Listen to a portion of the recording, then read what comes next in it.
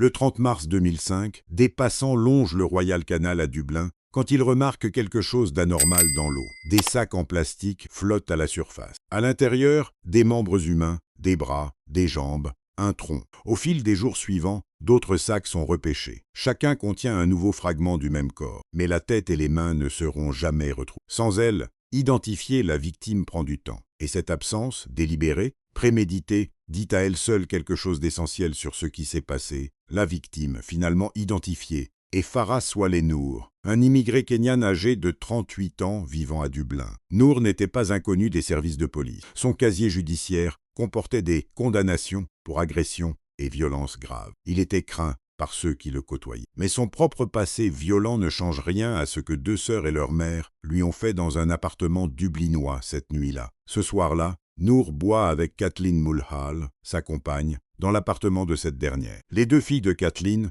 Linda et Charlotte, sont présentes. L'alcool coule, la cocaïne circule, et l'atmosphère bascule rapidement. Selon les récits rapportés au tribunal, Noor devient agressif et menaçant. Ce qui se passe ensuite va hanter l'Irlande pendant des années. Charlotte attrape un couteau de cuisine. Elle le plante dans la poitrine et le cou de Noor à plusieurs reprises, pendant que Linda contribue à le maintenir. L'attaque est frénétique, alimentée par la panique, l'alcool, les substances et une rage qui déborde. Noor s'effondre sur le sol de l'appartement. Le sang imprègne la moquette. L'homme est mort, mais le meurtre n'est que le début de l'histoire. Avec un corps sur le sol et la panique qui monte, les deux sœurs prennent une décision qui transforme un homicide en quelque chose d'une toute autre nature. Elles décident de faire disparaître Noor elle-même. Ce qui suit est l'une des scènes les plus glaçantes de l'histoire criminelle irlandaise. Pendant des heures, à l'aide d'un couteau et d'une paire de ciseaux, Linda et Charlotte démembrent le corps. Les bras, les jambes, le tronc sont sectionnés méthodiquement. La tête et les mains sont retirées séparément, et elles ne seront jamais retrouvées. Une décision calculée pour effacer l'identité de la victime,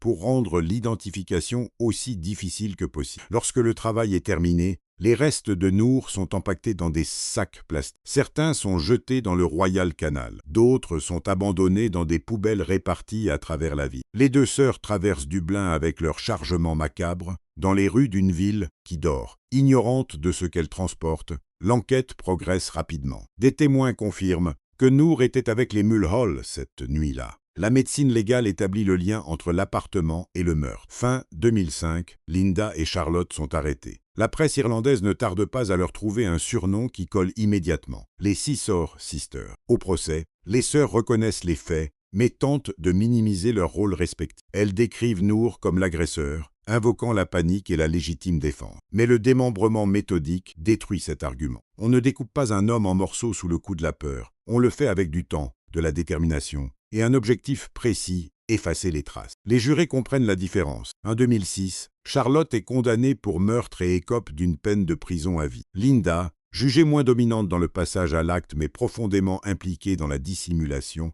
est condamnée pour homicide involontaire et reçoit 15 ans. Leur mère, Kathleen, obtient 5 ans pour complicité dans l'élimination du corps. Charlotte est toujours derrière les barreaux. Linda a été libérée après avoir purgé 12 de ses 15 ans. L'affaire Mulhall reste gravée dans la mémoire collective irlandaise non pas seulement à cause de la mort de Noor, mais à cause de ce qui a suivi. La tête et les mains disparues ont alimenté les spéculations pendant des années. Elles n'ont jamais été retrouvées. Cette absence dit plus qu'un aveu. Elle dit que les deux sœurs savaient exactement ce qu'elles faisaient et qu'elles étaient prêtes à aller jusqu'au bout pour ne pas être trouvées. Ce calcul froid, au cœur d'une nuit de chaos et de violence, est ce qui a le plus profondément troublé l'Irlande. Pas seulement le crime, mais la froideur qui l'a suivi. Dans l'État de Guanajuato, au Mexique, la décennie 1950 tire à sa fin lorsque deux sœurs ouvrent ce qui ressemble, en surface, à une série de maisons closes. Elles s'appellent Dfina et Maria de Jesus González. La presse les baptisera plus tard les Poquianchi. Mais ce sobriquet affectueux ne dira jamais ce que les enquêteurs découvriront en 1964 sous les sols de leurs établissements. Des dizaines de corps enfouis dans des fosses communes. Plus de 90 victimes confirmées. Des femmes, des enfants, des hommes. Une machine à tuer dissimulée derrière les façades d'un empire criminel. Les sœurs González ne sont pas nées dans la violence par accident. Elles ont grandi sous la coupe d'un père brutal, Isidro González, homme de main local dans leur région natale de Jalisco, qui régnait sur sa famille par la terreur. La leçon qu'elles retiennent de l'enfance est simple. Le pouvoir appartient à ceux qui n'ont pas peur de faire mal. Adultes, elles transposent cette logique dans leurs affaires. Dès les années 1950, Delfina et Maria installent leur réseau à Jalisco et dans l'État voisin de Guanajuato. Officiellement, des maisons de plaisir. En réalité, des pièges. Leur méthode de recrutement est rodée. Elles approchent des jeunes femmes vulnérables, des fugueuses, des filles sans ressources, des migrantes cherchant du travail. Elles leur promettent un emploi honnête, une chambre, un salaire. Certaines arrivent en pensant travailler comme domestiques. D'autres sont recrutées directement dans la rue. Une fois à l'intérieur, la porte se referme. Il n'y a plus de sortie. Les conditions à l'intérieur des établissements sont décrites par les rares survivantes comme un enfer organisé. Les femmes sont battues, affamées, privées de liberté de mouvement. Celles qui résistent sont torturées. Celles qui tentent de fuir disparaissent. Et celles qui deviennent inutiles, trop malades, trop âgées, trop brisées pour continuer à travailler, sont tuées sur ordre de Delfina ou de Maria. Leurs corps sont enterrés dans des fosses creusées à l'intérieur ou autour des propriétés. Mais le prédatisme des sœurs ne s'arrête pas aux femmes exploitées dans leur maison. Des clients qui se montrent trop curieux, des hommes qui transportent de l'argent visible, des visiteurs dont la disparition ne risque pas d'attirer trop d'attention. Eux aussi tombent dans le piège. On les vole, on les tue, on les enterre. La même logique, appliquée méthodiquement, encore et encore. Pendant des années, aucune autorité ne vient frapper à la porte. La corruption locale fait partie du système. Des fonctionnaires ferment les yeux. Des policiers acceptent des enveloppes. Dans des communautés pauvres où les femmes disparaissent régulièrement, sans déclencher d'enquête sérieuse, les González prospèrent. Leur empire grossit. Leur impunité semble totale. Le basculement arrive en 1964 par l'accident d'une femme qui parvient à fuir. Elle se rend à la police avec des informations suffisamment précises pour déclencher un raid. Ce que les enquêteurs trouvent en pénétrant dans les propriétés des sœurs dépasse tout ce qu'ils auraient pu imaginer. Des fosses, des ossements, des bijoux appartenant à des femmes portées disparues. Selon les rapports officiels, plus de 90 corps sont exhumés. Certaines victimes auraient été tuées à l'adolescence. Le procès qui s'ensuit est l'un des plus retentissants de l'histoire judiciaire mexicaine. La presse se déchaîne. Les sœurs nient, minimisent, rejettent la responsabilité sur leurs complices. Mais la magnitude des preuves ne laisse aucune marge. En 1964, Delfina et Maria sont condamnées à 40 ans de réclusion, la peine maximale prévue par la loi mexicaine. La suite est presque surréaliste. En 1968, Delfina meurt en prison d'un accident de chantier. Un ouvrier laisse tomber un seau de ciment sur elle. Maria, elle, survit à sa peine. Elle est libérée dans les années 1990 et meurt en 1998, son nom toujours synonyme d'infamie à travers le Mexique. Aucune des deux n'a jamais exprimé le moindre regret public pour les dizaines de vies qu'elles ont détruites. C'est ce qui rend l'affaire des Poquianchis absolument singulière, c'est son échelle. Ce n'est pas un crime passionnel, ni une rupture isolée. C'est une industrie. Deux sœurs qui ont transformé la violence en modèle économique, bâtie sur la misère des plus vulnérables, protégées par la corruption et alimentées pendant des années par une indifférence systémique. Leurs victimes étaient pauvres, invisibles et faciles à oublier. Ce sont les Poquianchis elles-mêmes qui ont tout fait pour qu'on ne les retrouve pas. Le 6 juin 2000, des pompiers éteignent un incendie dans un terrain vague du Southside de Chicago. Sous les flammes et la bâche carbonisée, ils trouvent un corps. La victime a été abattue d'une balle dans la nuque, puis enveloppée dans une bâche, traînée jusqu'au terrain, vague et brûlée. Une tentative délibérée d'effacer les traces, d'effacer l'identité, d'effacer toute possibilité d'enquête. L'autopsie et les rapports de personnes disparues permettent finalement d'identifier la victime, Oscar Velasquez, 22 ans. Et quand les enquêteurs remontent la piste, elle mène directement à la petite amie d'Oscar et à sa sœur, Regina De Francisco, 19 ans, Margaret De Francisco, 17 ans. Oscar et Regina se connaissent depuis un moment. Leur relation est décrite par leurs proches comme tumultueuse, chargée de tensions et de conflits répétés. Mais rien, dans ce que l'entourage d'Oscar sait de la situation, ne laisse présager ce qui va se passer ce soir de juin. Il reçoit une invitation de Regina. Il vient. Il entre dans la maison familiale. Il ne ressortira pas vivant, poêlons ce qu'établissent les procureurs. Le plan est en place avant l'arrivée d'Oscar. Les deux sœurs l'ont préparé. Margaret est celle qui appuie sur la gâchette, tirant une balle dans la nuque d'Oscar alors qu'il ne la voit pas venir. Regina prend en charge la dissimulation. Elle enveloppe le corps dans la bâche, pendant que le sang imprègne encore le sol. Ensemble, elles font sortir le cadavre de la maison et le traînent jusqu'au terrain vague voisin. Puis elles y mettent le feu, c'est ce détail, la mise à feu délibérée, est ce qui distingue cette affaire d'un homicide ordinaire. Ce n'est pas la panique d'un crime soudain suivi d'une tentative maladroite de dissimulation. C'est une séquence organisée, menée à deux, avec un objectif clair. Faire disparaître Oscar Velasquez est toute preuve de ce qui lui est arrivé. Le corps brûlé est un message à destination des enquêteurs. Il ne devrait rien rester à trouver, mais les traces sont là. La médecine légale fait son travail. L'identification est possible malgré les flammes. La piste remonte jusqu'au De Francisco. Sauf que quand les enquêteurs arrivent pour les interroger, les sœurs ont disparu. Elles ont quitté Chicago, laissé derrière elles leurs familles et leurs amis, et pris la route sous de fausses identités. Pendant près de 2 ans, elles vivent en fuite, traversant les États-Unis, changeant de nom, se fondant dans de nouvelles villes. Cette capacité à se reconstruire une vie ailleurs, pendant 22 mois, dit quelque chose sur l'état d'esprit des 2 femmes après le meurtre. Pas d'effondrement psychologique, pas de retour en arrière. Une adaptation froide à une nouvelle réalité. Leur fugue prend fin grâce à l'émission America's Most Wanted. Leurs visages sont diffusés dans des millions de foyers américains. Les tuyaux affluents. En 2002, presque 2 ans après le meurtre, Regina et Margaret De Francisco sont arrêtées. Le procès met à nu la logique froide de ce qui s'est passé. La défense tente de peindre Oscar comme violent et oppressif, suggérant que les sœurs ont agi sous la pression d'une relation toxique. Mais les procureurs démontrent que la scène du crime parle une autre langue. La balle dans la nuque, la bâche préparée, le corps traîné et brûlé. Rien dans cette séquence ne ressemble à un acte de peur ou de survie. Tout ressemble à une exécution planifiée, suivie d'un effacement méthodique. En 2004, les 2 sœurs sont reconnues coupables de meurtre au 1er degré. Margaret, identifiée comme la tireuse, reçoit 46 ans de prison. Regina, jugée complice active de la dissimulation et de la fuite, en reçoit 35. Ce sont des peines lourdes, et l'opinion publique ne les conteste guère. 2 ans de cavale, l'absence de tout geste de remords, et la brutalité calculée du crime avaient depuis longtemps épuisé toute sympathie. Aujourd'hui, Regina et Margaret De Francisco sont au milieu de leur peine dans des établissements pénitentiaires de l'Illinois. Oscar Velasquez,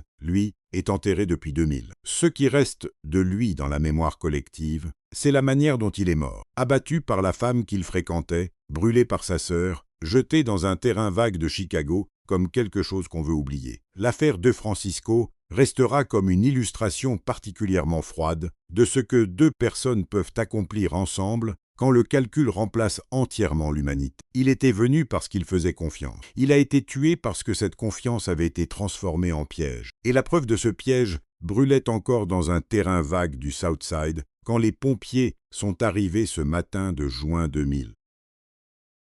En 2001, pour la première fois depuis l'indépendance de l'Inde en 1947, un tribunal condamne des femmes à mort. Pas une, mais 2. 2 sœurs nommées Renuka Shinde Semagavit. La qualification retenue par la Cour est sans appel. Rarest of the rare, une catégorie légale réservée aux crimes jugés tellement horribles qu'aucune autre peine ne peut être envisagée. Ce qui les a menés à ce verdict dépasse en horreur ce que la plupart des affaires criminelles indiennes ont jamais documenté. Renuka et Seima grandissent dans le Maharashtra, dans une famille dont la délinquance est héréditaire. Leur mère, Anjinabai, est une voleuse expérimentée qui élève ses filles dans le métier. Dès l'enfance, les 2 sœurs apprennent à pickpocket, à distraire des passants pendant qu'un complice vole, à jouer un rôle dans des escroqueries de rue. Le crime n'est pas une tentation, c'est leur éducation. Mais les sœurs ne restent pas longtemps au niveau du vol à la tire. Elles comprennent rapidement que de jeunes enfants constituent une couverture parfaite dans les marchés bondés. Un bébé qui pleure dans les bras d'une femme rend celle-ci invisible aux yeux de la police. Un bambin en bas âge fait passer 2 adultes pour des mères ordinaires, inoffensives. Renuka et Seima commencent à kidnapper des enfants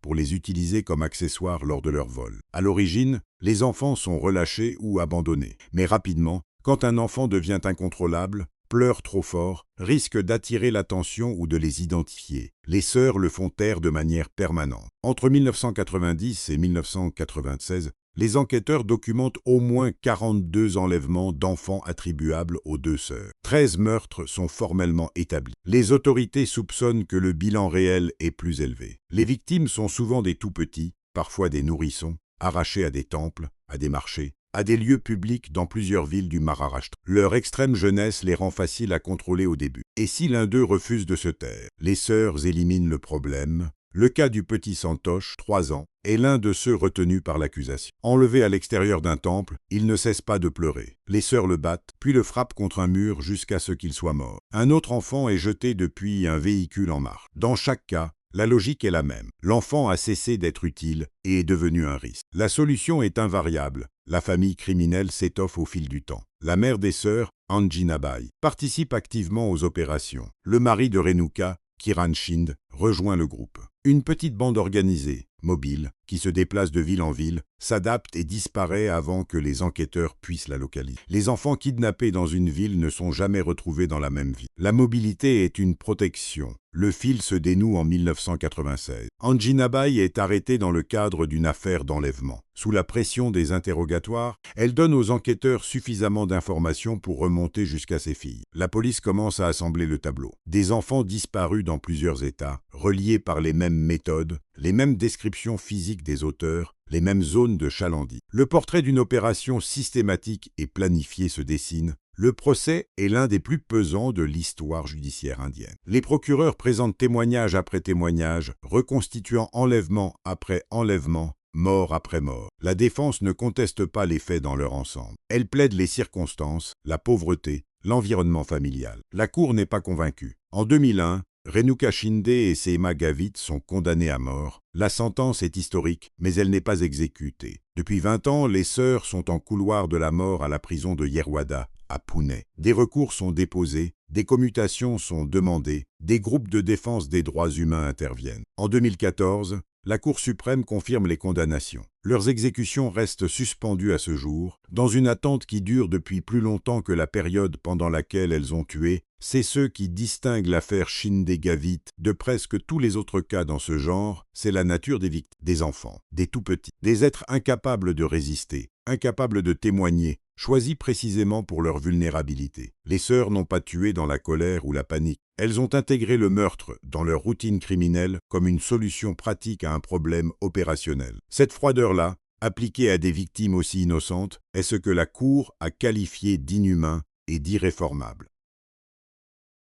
Entre 1919 et 1921, dans le quartier populaire de Laban à Alexandrie, des femmes disparaissent, l'une après l'autre. Certaines quittent leur domicile pour un rendez-vous et ne rentrent pas. D'autres sont simplement vues entrer dans une maison et ne sont jamais sorties. Les familles signalent les disparitions. La police note, cherche, n'avance pas. Des rumeurs circulent, des trafiquants, une malédiction, un mystère. Pendant près de 2 ans, la peur s'installe dans les ruelles d'Alexandrie. La vérité, quand elle éclate enfin, est plus monstrueuse que tout ce que la ville avait imaginé. Derrière les disparitions se trouvent 2 sœurs, Raya et Sakina. Pour leurs voisins du quartier de Laban, elles sont des femmes modestes qui survivent comme elles peuvent dans un milieu défavorisé. Elles gèrent de petits espaces de vie, gardent profil bas, semblent ordinaires. Rien n'indique, de l'extérieur, ce qui se passe à l'intérieur de leur maison. Mais derrière ces portes closes, avec leur mari et 2 complices masculins, elles ont transformé leur domicile en piège mortel. Leur mode opératoire est d'une efficacité glaçante. Raya et Sakina ciblent des femmes seules, des travailleuses du sexe, des épouses modestes, des vendeuses de marché, des femmes dont l'absence ne déclenchera pas immédiatement une alerte. L'appât varie selon la victime. De l'alcool pendant une période de prohibition,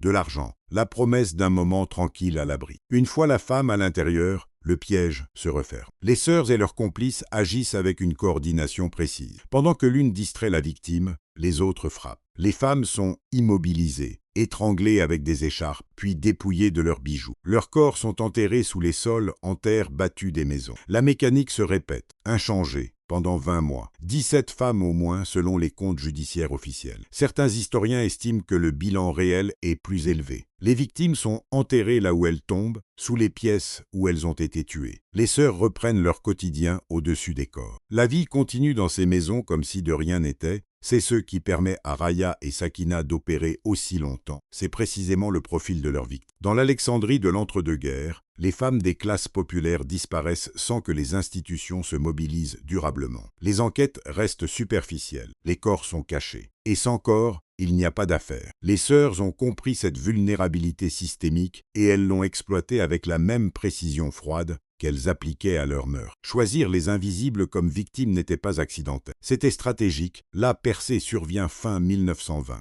La police, sur la base d'un signalement, fouille l'une des maisons liées aux sœurs. Sous le sol, des restes humains, des bijoux appartenant à des femmes disparues. L'enquête s'étend aux autres propriétés. Chaque fouille révèle de nouveaux corps. L'horreur prend forme progressivement, coup de pioche après coup de pioche. En 1921, Raya, Sakina, leur mari et 2 complices sont traduits en justice. Le procès fait l'effet d'un tremblement de terre. La presse égyptienne couvre chaque audience avec une intensité qui reflète la stupéfaction nationale. Des femmes, organisatrices d'une série de meurtres en série. Des sœurs à la tête d'un gang meurtrier. 17 victimes confirmées, toutes tuées pour leur argent et leurs bijoux. L'accusation démontre que les meurtres n'ont jamais été commis dans la panique ou la nécessité. Ils ont été planifiés, répétés, affinés. Le verdict est historique. Raya et Sakina sont condamnées à mort par pendaison. En 1921, elles deviennent les premières femmes exécutées dans l'Égypte moderne. Leurs maris subissent le même sort. Un siècle plus tard, leur nom reste synonyme de trahison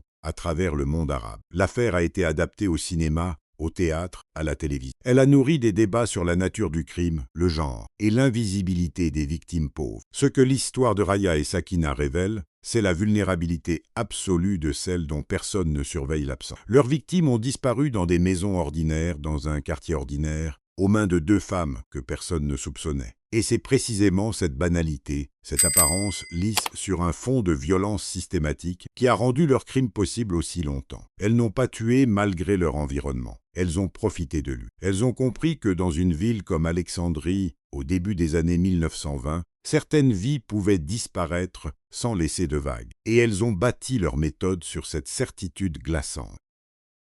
5 affaires, 5 fois le même paradoxe. Les sœurs, dans l'imaginaire collectif, représentent la loyauté la plus irréductible. Un lien forgé avant même la naissance, une complicité que le monde extérieur ne peut pas vraiment toucher. Et pourtant, dans chacune de ces histoires, cette complicité a servi à détruire plutôt qu'à protéger. Linda et Charlotte Mulhall démembrent un homme dans l'appartement de leur mère. Les Poquianchis construisent un empire de la mort sur des décennies entières. Raya et Sakina transforment leur quartier en terrain de chasse pendant 2 ans. Regina et Margaret de Francisco planifient une exécution et fuient ensemble pendant 2 ans. Renuka Shinde et Seema Gavit font de l'enlèvement et du meurtre d'enfants une routine criminelle. Ce qui les unit n'est pas la folie, ni la misère seule, ni le hasard. C'est une dynamique précise. 2 personnes qui se renforcent mutuellement, qui franchissent ensemble des seuils qu'aucune d'elles n'aurait peut-être franchis seule. Le lien fraternel devient un multiplicateur de violence. Ces affaires ne seront jamais oubliées parce qu'elles posent une question que personne ne sait vraiment répondre. Jusqu'où peut aller la complicité entre 2 êtres liés par le sang? Dites-nous dans les commentaires quelle affaire vous a le plus marqué. Et pourquoi? Likez la vidéo si ce contenu vous a appris quelque chose. Abonnez-vous pour ne pas manquer les prochaines enquêtes.